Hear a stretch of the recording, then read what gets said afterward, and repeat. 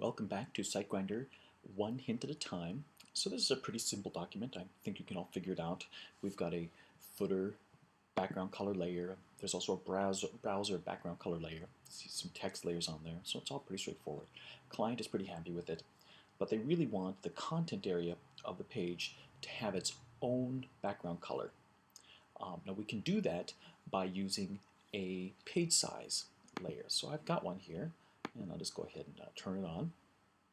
So the page size layers are normally not visible on the page. So if I were to build this now, we wouldn't actually see this layer.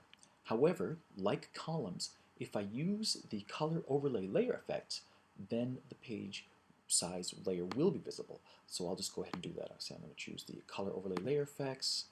I'll choose sort of a light gray here, maybe even light blue, and perfect. So there we go, and we're all set. So now the page size layer is using color overlay. It means it will be visible. So let's just go ahead and see what this looks like when I build this out. Now, one nice thing about using page size when we have pages with footers is that the page size layer will extend down to touch the footer no matter how big the page gets. And so that's pretty much meaning it's doing what you would expect it to. I should also mention that if you're using a page size layer with a footer, that the page size layer should not include the footer area. All right, let's go ahead and close the design manager. And there you see it. So notice that right now, as I'm moving this up and down, the page size is extending down to the footer, even though it's not actually active yet. Notice that when I come up here, it's only when the footer stops moving that I actually see the scroll bar. So anyway, so we've now got a different background color on just our page content area. That content area extends down to the footer if the footer is further away than the original design of the canvas, and so we're all very happy. So that's fantastic. All right. Well, we can also use the page size layer to put shadows on the page itself. This is something that people often want to do. They're like, how do I put a shadow just on the page area?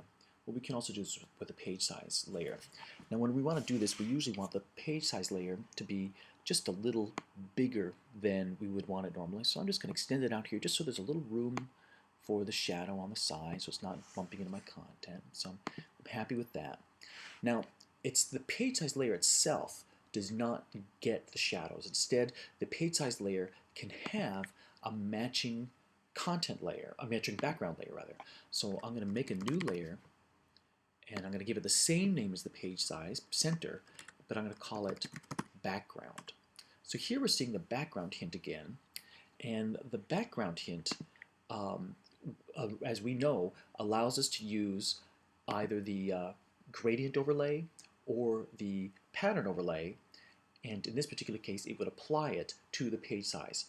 The same rules apply that we use with the browser background. If the center background layer is only touching the top left and right sides of the center page size layer, then the tile will be repeated horizontally. If it touches all four sides of the page size layer, the tile will be repeated both horizontally and vertically. At the moment, I'm just going to have it tile everywhere. I'm not too worried about it, but because I'm going to make a full width tile, and I'm actually going to use the gradient overlay for this. So I'm going to come down here, and I'm going to use the gradient overlay for adding a shadow to this particular page. So to do this, I'm going to first set the angle of the shadow to be 0, so it's running left and right. And we need, instead of linear gradient, I'm going to need a reflected gradient. And I'm probably going to reverse that. All right, so that's looking pretty good. Now I just need to edit the gradient itself. And the first thing I'm going to do is I'm going to take this white and move it way over here. And I'm going to take this opacity stop and move it over so it matches the same point, and take that stop and set its opacity down to 0. All right, so this is looking very well now. So now we are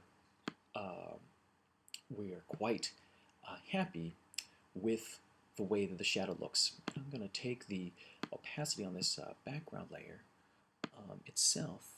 Oh, I guess that gets rid of our shadow too much here. I just want the, I think the fill. There we go. So I'm just going to take the fill of this background layer out so we can sort of see what it's going to look like. So it's going to have apply this particular shadow to the page size layer, and this shadow will grow as the page grows. Now, if I'm looking at this page design, one thing we might want is we might want this same shadow in the footer area. Well, this is very simple. I'm just going to take this background layer here.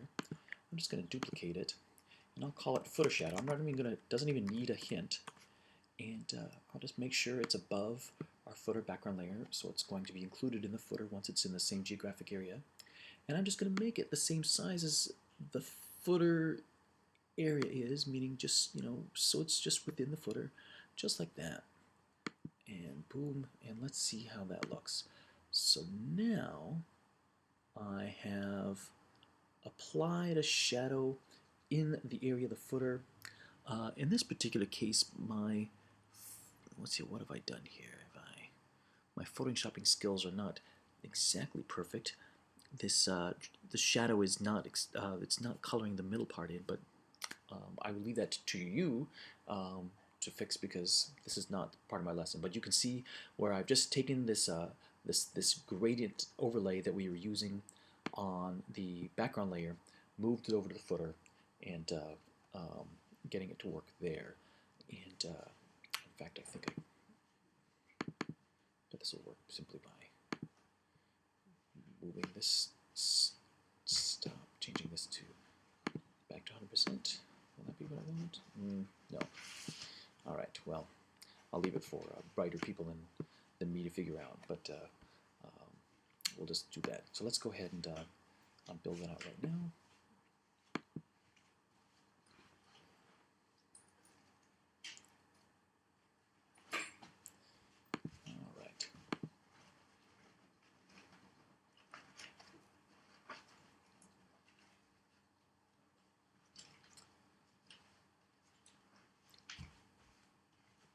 Great, it's built, and there we have it. So now we have,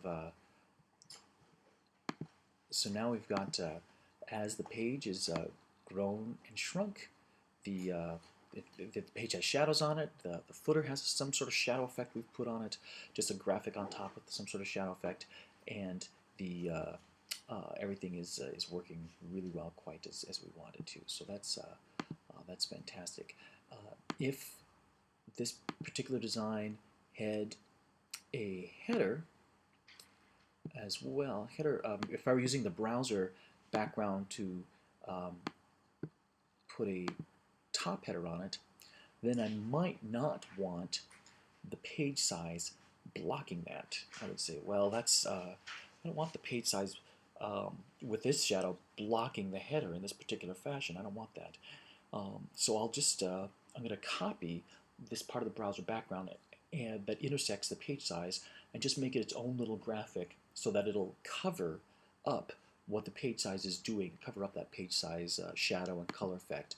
So I'll just go ahead and select the pixels for the browser background, and then I'm going to intersect them with the selection of the page size. So then now we're just selecting that. Make sure the browser background is selected. I'll just do a new layer via copy, and now I've got this other layer here, and let's just move it up to the top there. Bingo, there it is. And so I think that looks good, and I'm not liking my little footer shadow that I failed to put on earlier, so I'm just going to turn it off, and let's build this.